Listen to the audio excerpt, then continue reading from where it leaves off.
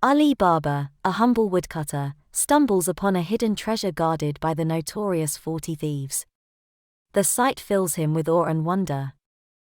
Ali Baba, unable to contain his excitement, tells his wife about the treasure. She is skeptical but agrees to keep the secret.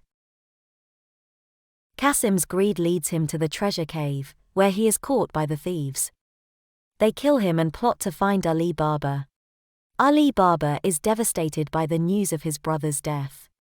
He mourns at Kasim's funeral, but his sadness is mixed with fear as he realizes the thieves might come for him next. Morgiana, a clever and brave servant, disguises herself as a dancer to infiltrate the thieves' den.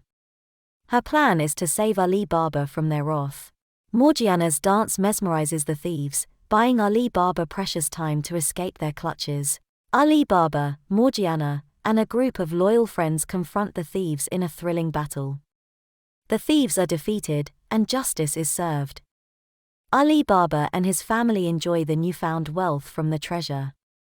They live happily ever after, their lives forever changed by the trials they endured.